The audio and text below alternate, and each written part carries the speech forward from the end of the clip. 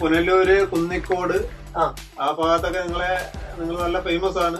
അല്ല, അവിടെയൊക്കെ ഒരുപാട് ആക്ഷനുള്ള സ്ഥലമാണ്. ഈ കുന്നിക്കോട്, പുനലൂര്, അടൂര്. നിങ്ങളുടെ ഇടയ്ക്കിടയ്ക്കുള്ള വീഡിയോ ഈ ചാനലിലൊക്കെ ഓരോ ന്യൂസ് കാര്യങ്ങളൊക്കെ വരുന്നത് ആൾക്കാർ അതെല്ലാം നല്ല കമന്റ് കാര്യങ്ങൾ, ചെറിയ കമന്റ് ഉൾപ്പെടെ ഇഷ്ടംപോലെ കമന്റുകളൊക്കെ, ലൈക്കും കമന്റും എല്ലാം ഇഷ്ടംപോലെ ഇടുന്നുണ്ട് ആൾക്കാർ, ഞാൻ ഉൾപ്പെടെ. ഞാൻ ഒരു കാര്യം പറയാം, ഇപ്പൊ ഈ വന്ന ലോകത്ത് എല്ലാവർക്കും അഭിപ്രായ സ്വാതന്ത്ര്യമുണ്ട്. അത് തീർച്ചയായും തെറ്റെന്ന് പറയാൻ ശരിയെന്ന് പറയുന്ന ഒരുപാട് പേരുണ്ട്. അത് അവരുടെ സ്വാതന്ത്ര്യമാണ്, അഭിപ്രായ സ്വാതന്ത്ര്യമാണ്. നമ്മൾ ഇന്ത്യ മഹാരാജ്യത്ത് അതുണ്ട്. അത് വേണ്ട എന്ന് പറയാൻ ഞാൻ ആരുമല്ല. അപ്പൊ പറയുന്നവര് പറഞ്ഞോട്ടെ. ഇടയ്ക്ക് കൊട്ടാരക്കര ഒരു സന്യാസിയുടെ വീട്ടിലൊക്കെ പോയായിരുന്നല്ലേ? അതൊക്കെ നമ്മുടെ ഒരു ചാനലിന്റെ ഭാഗമായി. അതൊക്കെ ഒരു അനുഗ്രഹം. എന്തിനാ അവരുടെ അനുഗ്രഹം? സ്വന്തം അച്ഛൻ്റെ അമ്മയുടെ അനുഗ്രഹം കിട്ടിയിട്ടില്ല, പിന്നെയാണ് അവരുടെ അനുഗ്രഹം. എല്ലാരും എന്തോ നായികയുടെ പേരെന്തോട്?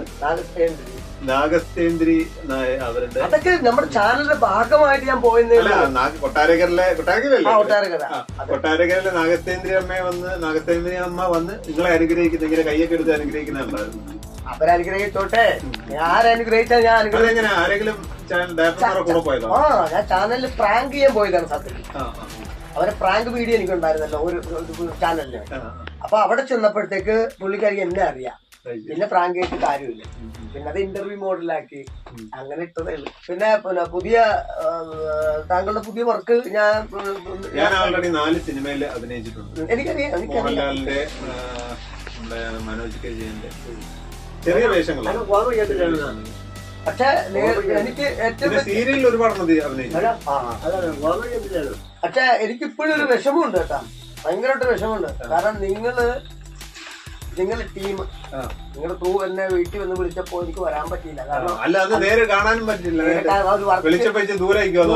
വർക്കിലായപ്പോ. അപ്പൊ നിങ്ങളുടെ വർക്ക് എനിക്ക് പങ്കെടുക്കാൻ പറ്റില്ല. അപ്പം ദൈവം സഹായിക്കുമെങ്കിൽ, ദൈവത്തെ സഹായിക്കുമെങ്കിൽ അടുത്ത വർക്കില് ചെറുതോ വലുതോ ഒന്നല്ല, എന്നെ കൂടെ പങ്കെടുപ്പിക്കണം. ഇപ്പം പഠിച്ചുകൊണ്ടിരിക്കുന്ന വിദ്യാർത്ഥിയാണ് ഞാൻ, അതുകൊണ്ടാണ് അവസരങ്ങൾ അങ്ങോട്ട് ചോദിക്കുന്നത്. ആരും ഇങ്ങോട്ടും കൊണ്ടു തരുന്നില്ല. തീർച്ചയായും. Okay, thank you.